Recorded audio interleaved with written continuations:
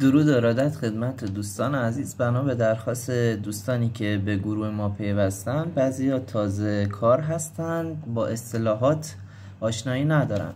این قسمت، این کف میشه کف تریدینگ رنج، این سقف میشه سقف تریدینگ رنج. تا زمانی که ما یک کندل نزولی پرقدرت زیر این محدوده خب بسته نشه، پول بک نزنه، به هیچ عنوان وارد معامله نمیشیم. این استراتژی منه. یکی هست بدون پول بک وارد میشه، من کاری به اون ندارم. پول بک یعنی چی؟ یعنی برگشت به این محدوده و ضعف روند و فروشندگان جدیدی وارد مارکت بشن. از اینجا ما پوزیشن سل میگیریم. تی پی 1 میشه تارگت، همون تارگت یکمون میشه این قسمت، تارگت دومون هم میشه این قسمت. برای تریدینگ رنج بالا هم همینه. این باکس بالا رو که میبینین سقف تریدینگ رنجه. از این محدوده اگه خارج بشه، پول بک بزنه تو تایم 5 دقیقه، من اینجا وارد معامله بای میشم. تا کجا؟ تا محدوده 2522. عرضم به خدمتتون تی پی اولمون میشه محدوده، مثلا بذار موس رو تکون بدم راحت ببینم چه محدوده یه. تی پی یکمون میشه محدوده 2515، تی پی دومون هم میشه 2522. خب این کندل های آبی که میبینی کندل های سعودی هستن. این کندل های زرد رنگی رو که میبینی توی مانیتور کندل های نزولی هستن.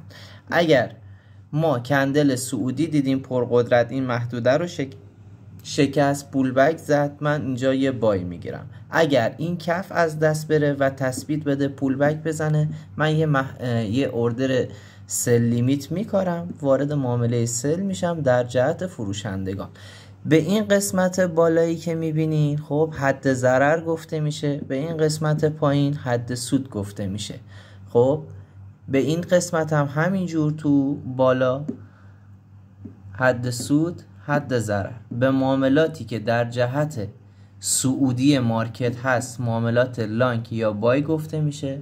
به معاملاتی که در جهت ریزش مارکت انجام میشه معاملات سل شورت گفته میشه. یا بهش میگن سل یا میگن شورت، فرقی نمیکنه. موفق و پیروز باشید. ارادتمندتون ابوالفضل مرادی. یه مطلب دیگه هم بگم، این قیمت رو نشون میده. به این کندل ها خب کندل های ژاپنی گفته میشن، قیمت رو نشون میده. هر لحظه که قیمت جابجا بشه خب این کندل هم جابجا میشه. از این طریق رفتار خریدار و فروشندگان رو تو مارکت تشخیص میدیم. جهت اطلاع دوستان تازه وارد بود. شما خودتون میدونم استادی تاج سر منم هستید.